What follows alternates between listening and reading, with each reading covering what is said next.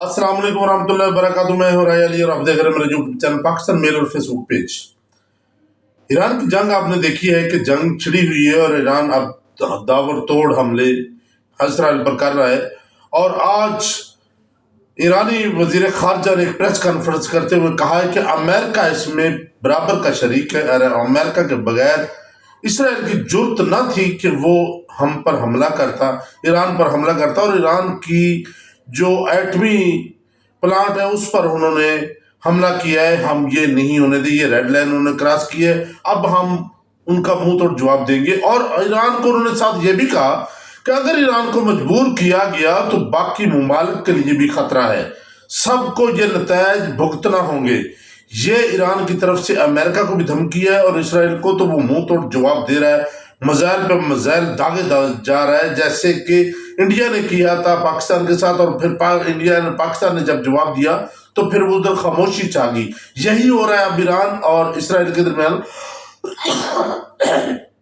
जब इसराइल ने छेड़ा है उसे, अब ईरान अटैक पे अटैक किए जा रहा है और उनको जगह नहीं मिल रही चुपने के लिए।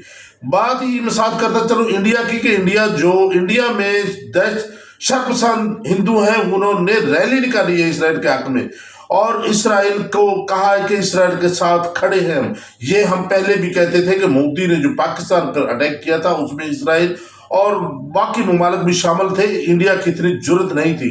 ये तो अब तो साबित हो गया कि इंडिया इसराइल के साथ मिलकर इंडिया ने साथ दिया है और ये रैली निकालकर तो बिल्कुल वाज़ेह हो गया। अब इंडिया को जो मीडिया है वो भी भौंक रहा है कि जी पाकिस्तान की आदत ने कहा है कि सब मुस्लिम ममालिक को इकट्ठा होना चाहिए, सब मुस्लिम ममालिक को एक आवाज होना चाहिए। तो ये तो सारे इकट्ठे होने जा रहे हैं। इंडिया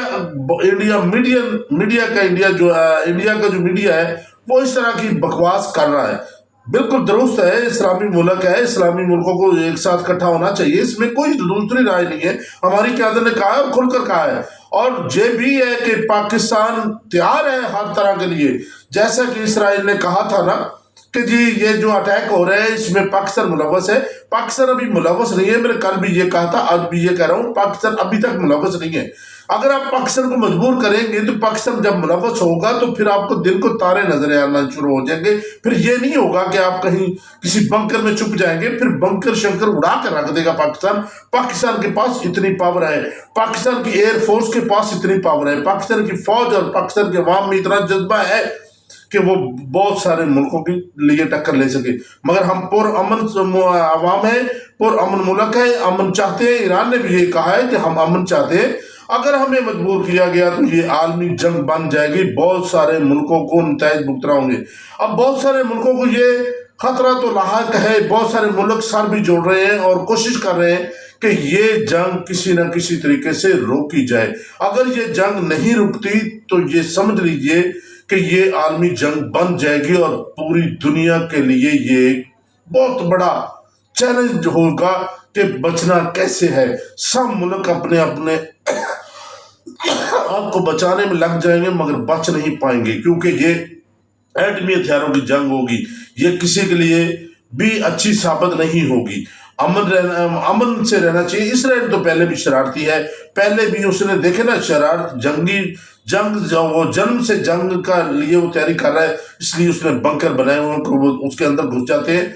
मगर अब उनको ये घुसने नहीं दे रहा। ईरान जगह जगह पे उनके अड्डों पर अटैक कर रहा है, उनके बंकरों पर अटैक कर रहा है। अवाम मर भी रही है उनकी और जख्मी भी हो रही है। अल्लाह ताला इस जंग से बचाए, सारे मुल्कों का हम दुआ करते हैं।